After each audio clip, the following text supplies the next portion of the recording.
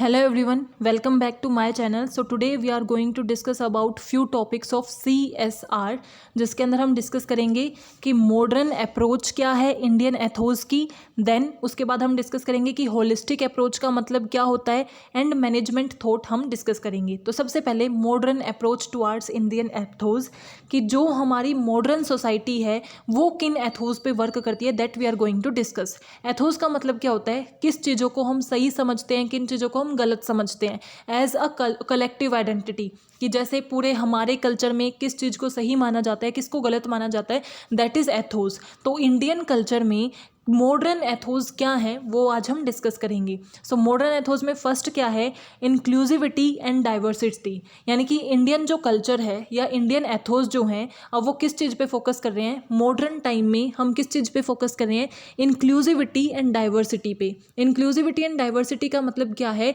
अलग अलग चीज़ों को इंक्लूड करना, यानी कि पहले क्या फोकस होता था, एक्सक्लूजन पे, सिर्फ एक दो मीन्स जो लार्ज कास्ट होती थी उन्हीं पे फोकस होता था, बाकी सबको राइट से, फंडामेंटल राइट से एक्सक्लूड कर दिया जाता था। बट अब किस चीज़ पे फोकस होता है, इंक्लूसिविटी पे फोकस होता है। ऑर्गेनाइजेशन के अंदर एनकरेज किया जाता है कि अलग अलग कल्चर से लोग आए, अलग अलग कल्चर के बैकग्राउंड के लोग काम करें, जिनका कल्चर, रिलीजन, लैंग्वेज डिफरेंट है। तो इसका मतलब हर एक डाइवर्स का मतलब जिसका बैकग्राउंड अलग हो, बहुत डिफरेंट हो एक दूसरे से, तो डिफरेंट चीज़ों को इंक्लूड करने पे, इंक्लूसिविटी पे फोकस होता है in modern time of Indian ethos. So पहला हमारा क्या है, इंडियन एथोस के अंदर मॉडर्न अप्रोच पहली क्या है, इंक्लूसिविटी एंड डाइवर्सिटी पे फोकस करते हैं, यानी कि सबको इक्वल राइट मिले, सबको इंक्लूड किया जाए। ऐसा नहीं है कि किसी को स्पेशल ट्रीट किया जाए कि यही एक पर्टिकुलर जो लोग हैं या कास्ट है या रिलीजन है जो मेन है, बाकी सब माइनॉरिटी में आते हैं तो उनकी कोई वैल्यू नहीं,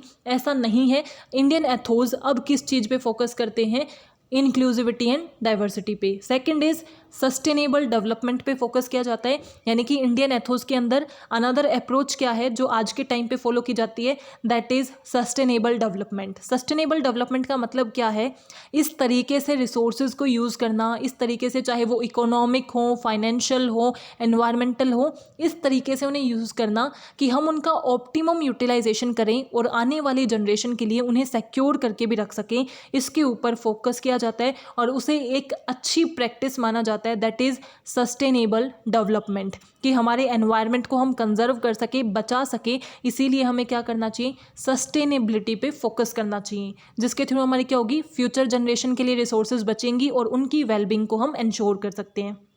then third is social justice and equality पे फोकस किया जाता है, कि हमारा जो किसी के साथ भी इनइक्वालिटी नहीं होनी चाहिए, डिस्क्रिमिनेशन नहीं होना चाहिए, इनजस्टिस नहीं होना चाहिए। इस तरीके की पॉलिसीज़ बनाई गई हैं, रूल्स एंड रेगुलेशंस बनाई गई हैं कि जो हमारी ST SC हैं, यानी कि स्केड्यूल्ड कास्ट हैं, स्केड्यूल्ड ट्राइब है, वो सब क्या करें, सेम उनको एडवांटेजेस मिले, कोई भी डिसएडवांटेज ग्रुप में ना आए, सबको इक्वल ट्रीट किया जाए। इसके ऊपर हमारे मॉडर्न जो टाइम पे फॉलो किया जाता है इन इंडियन एथोस, कि हमारे इंडियन एथोस के अंदर इन चीज़ों पे फोकस किया गया कि इन चीज़ों को फॉलो किया जाता है। पहला inclusivity and diversity, then sustainable development को फॉलो किया जाता है, सोशल जस्टिस एंड इक्विटी पे फोकस किया जाता है, स्पिरिचुअलिटी एंड वेलबींग पे फोकस किया गया है। स्पिरिचुअलिटी का मतलब क्या होता है, कि अपनी सोल को कनेक्ट करना, मीन्स अपनी सोल से कनेक्ट होना, अपने मेंटल, इमोशनल, स्पिरिचुअल वेलबींग के थ्रू देखना कि अपनी हर तरीके की वेलबींग, यानी कि अपने आप को मेंटली फिट रखना, इमोशनली फिट रखना with the help of spirituality, इस पे फोकस किया जाता है। सो इसके थ्रू हम क्या करते हैं, आज के टाइम पे योगा, मेडिटेशन, इनको और ज़्यादा प्रमोट किया जा रहा है। तो किस पे फोकस किया जा रहा है, स्पिरिचुअलिटी एंड वेलबींग पे। तो मॉडर्न अप्रोच में 4 पॉइंट क्या हुए, inclusivity and diversity, sustainable development, social justice and equity, spirituality and wellbeing. और क्या फॉलो किया जाता है मॉडर्न टाइम में इंडियन एथोस के अंदर, technology and innovation.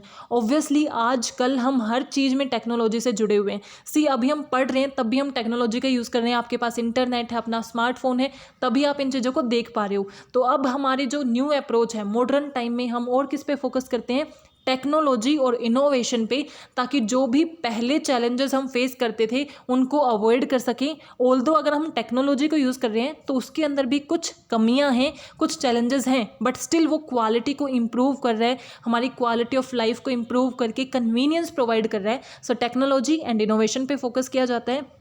Global engagement with local roots पे फोकस किया जाता है। इसका मतलब अपनी रूट्स को, अपने कोर को बिना भूले उसे साथ रख के ग्लोबली एनहांस करना, ग्लोबली एनलार्ज होना, that is global engagement with local route. यानी कि आपकी जो कोर वैल्यूज़ हैं, आपका जो रूट है उसको पकड़े रहो, बट ऐसा नहीं कि आप वहीं उतने ही एरिया में रह रहे हो, आप ग्लोबली एक्सपेंड करो अपने बिजनेस को, अपनी मैनेजमेंट को एज अ पर्सन, बट अपनी रूट्स को ना भूलो, अपने कल्चर, वैल्यूज़, एथोस के थ्रू पूरे वर्ल्ड वाइड अपना वर्क करना, that is global engagement with local roots. So these are the modern approach towards Indian ethos. की इंडियन एथोस के अंदर क्या मॉडर्न अप्रोच हैं जो फॉलो की जाती हैं। सो ये 6 मेजर पॉइंट हैं: inclusivity and diversity, sustainable development, social justice and equity, spirituality and wellbeing, technology and innovation, global engagement with local roots.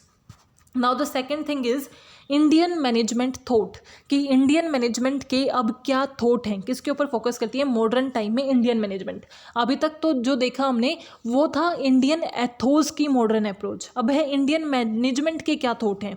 तो फर्स्ट इज मैनेजमेंट में क्या माना जाता है, स्पिरिचुअलिटी को मैनेजमेंट के अंदर यूज करो, यानी कि जो आपके स्पिरिचुअल प्रिंसिपल्स हैं, कर्म, धर्म, सेवा, इन सब चीज़ को आप मैनेजमेंट में यूज़ करो, ताकि जितने भी पर्सन मैनेजमेंट के अंदर हैं, ऑर्गेनाइजेशन के अंदर हैं, वो अपने कर्म को, अपनी एक्टिविटीज़ को, फंक्शंस को इफ़ेक्टिवली परफॉर्म कर सकें, बिना किसी अनफेयर ट्रीटमेंट के, बिना किसी गलत चीज़ के, अपने धर्म को फॉलो करते हुए। धर्म का मतलब रिलीजन नहीं है यहाँ, धर्म का मतलब है जो करना सही है, उन चीज़ों को फॉलो करते हुए कोई भी गलत प्रैक्टिसेस ना करके अच्छी सेल्फलेस सर्विसेज प्रोवाइड करना, that is one of the major thought of Indian management, that is spirituality in management. कि मैनेजमेंट के अंदर स्पिरिचुअलिटी को लेके आओ, कर्म, धर्म, सेवा, इन पे फोकस करो, ताकि आप क्या कर सको, अच्छे से मैनेज कर सको। अब एक लीडर है जो इन चीज़ों पे फोकस करता है, तो इसका मतलब वो क्या करेगा, उसके अंदर जितने भी लोग हैं उनको समझने की कोशिश करेगा, अपने काम को अच्छे से करेगा, उन्हें अच्छे से गाइड करेगा,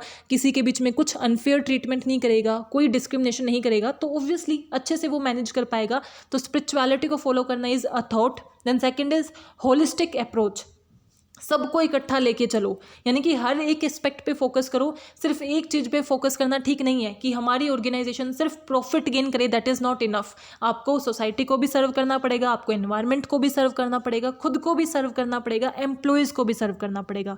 तो जितने भी स्टेक होल्डर्स हैं, इंटरकनेक्टेडली सबके बारे में सोचना, that is holistic approach and that is focused in Indian management thought. कि आप क्या करो, सोशल रिस्पॉन्सिबिलिटी, एनवायरनमेंट, एम्प्लॉय, खुद की ऑर्गेनाइजेशन, सबके लिए सोचो और ऐसी प्रैक्टिसेस करो जो सबकी वेलबींग के लिए यूजफुल है। Another thought is growth through relationship, कि आगे बढ़ो रिलेशनशिप के थ्रू, यानी कि without relationship you can not grow. Obviously बात है कि आपके ऑर्गेनाइजेशन में आपके सारे एम्प्लॉयज़ डिससेटिस्फाइड हैं, तो आज नहीं तो कल वो आपकी ऑर्गेनाइजेशन छोड़ जाएंगे।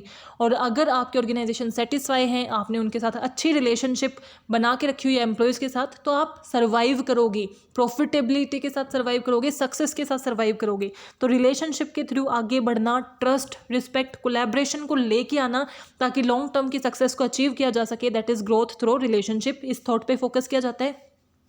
अडेप्टेबिलिटी एंड फ्लेक्सिबिलिटी पे फोकस किया जाता है, that is important management thought, because technology क्या है, इवॉल्विंग है और हम टेक्निकल वर्ल्ड में रह रहे हैं, यानी कि जहाँ पे डे टू डे बहुत ज़्यादा चेंजेस होते हैं, न्यू टेक्नोलॉजी आती है, नई मशीनें आती हैं, और उन सब चीज़ों को अगर हमने अडॉप्ट नहीं किया टाइम के साथ, तो हमारी ऑर्गेनाइजेशन आउटडेटेड हो जाएंगी और हम आउट हो जाएंगे एक इंडस्ट्री से, एक पार्ट से। तो अगर आप चाहते हो कि आप लगातार सर्वाइव करते रहो, सक्सेसफुली सर्वाइव करते रहो, सब कंटिन्यूस इनोवेशन करना, कोई भी नई चीज़ आ रही है उसे अडॉप्ट करना, फ्लेक्सिबली उसके साथ आगे बढ़ना is very important and that is followed in Indian management.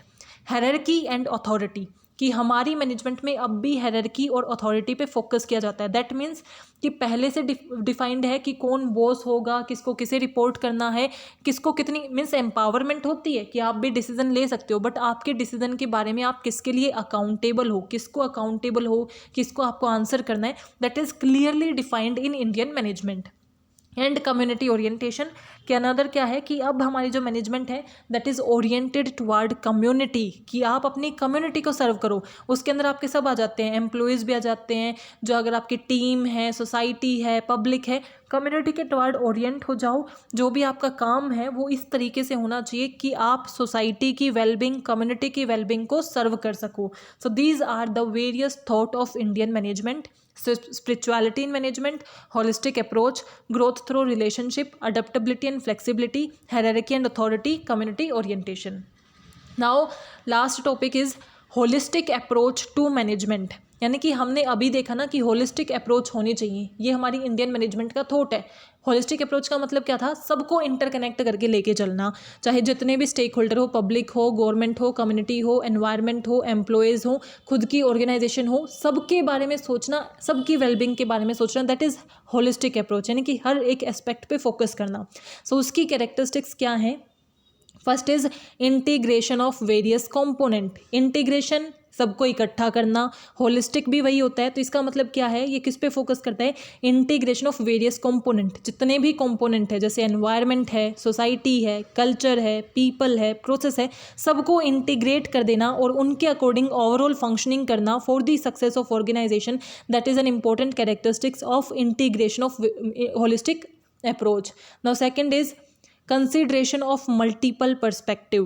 पहला था अलग अलग कंपोनेंट्स को जोड़ना is holistic approach. Second is consideration of multiple perspective, कि जितने लोग आपने जोड़े हैं उनकी मल्टीपल पर्सपेक्टिव हैं, सबका सोचने का तरीका अलग है, सबका ओपिनियन अलग है, सजेशन अलग है, तो हर एक चीज़ को कंसीडर करना, सबके व्यू पॉइंट को, इंटरेस्ट को, जो भी उनके डिसीजंस हैं सबको कंसीडर करना, that is also a characteristics of holistic approach.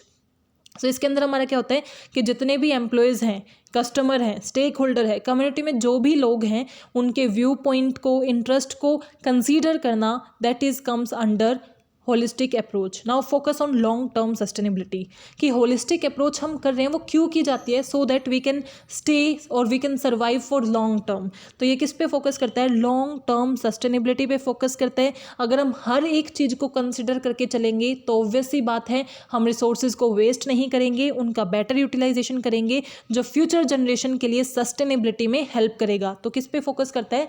Long term sustainability पे। Emphasis on well being and wholeness, यानी कि हर एक चीज़ पे फोकस करना, emotional, mental, spiritual, physical, financial, हर तरीके की वेलबिंग को इंश्योर करना। और किसकी वेलबिंग को? सबकी वेलबिंग को, सभी स्टेक होल्डर्स, एम्प्लॉयज़, कस्टमर, जो भी हमारी पब्लिक है, गवर्नमेंट है, एनवायरनमेंट है, यानी कि सबकी वेलबिंग, होल यानी कि हर किसी को इंक्लूड करना और उनकी हर तरीके की वेलबिंग को इंश्योर करना।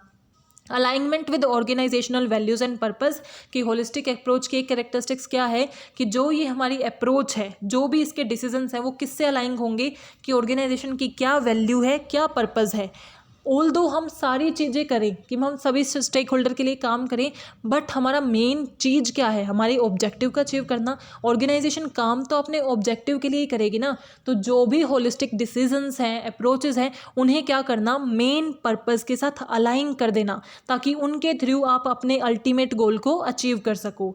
And promotion of collaboration and integration, because holistic है तो इसका मतलब इंटीग्रेशन पे, कोलैबोरेशन पे ही तो फोकस है, सब कुछ इकट्ठा करने पे, साथ करने पे फोकस होता है। जो होलिस्टिक अप्रोच है तो वो किस चीज़ को प्रमोट कर रही है? कोलैबोरेशन को प्रमोट कर रही है, इंटीग्रेशन को प्रमोट कर रही है, कि सिनर्जी में काम करो, इकट्ठा मिलके काम करो, जितने भी डिपार्टमेंट हैं, फंक्शंस हैं, जो लेवल्स हैं, पर्सन हैं, टीम है, सब एज अ वन पर्सन काम करें, एज अ वन थिंग काम करें, that is the term of holistic approach. So holistic approach के अंदर क्या क्या होता है? Integration of various component, consideration of multiple perspective, long term sustainability, well being and wholeness, organizational values and purpose के साथ alignment, and promotion of collaboration and integration. So I hope you are clear with this topic. If you have any doubt, please mention in comment section. Thank you. Keep supporting. Don't forget to like, subscribe and share my channel.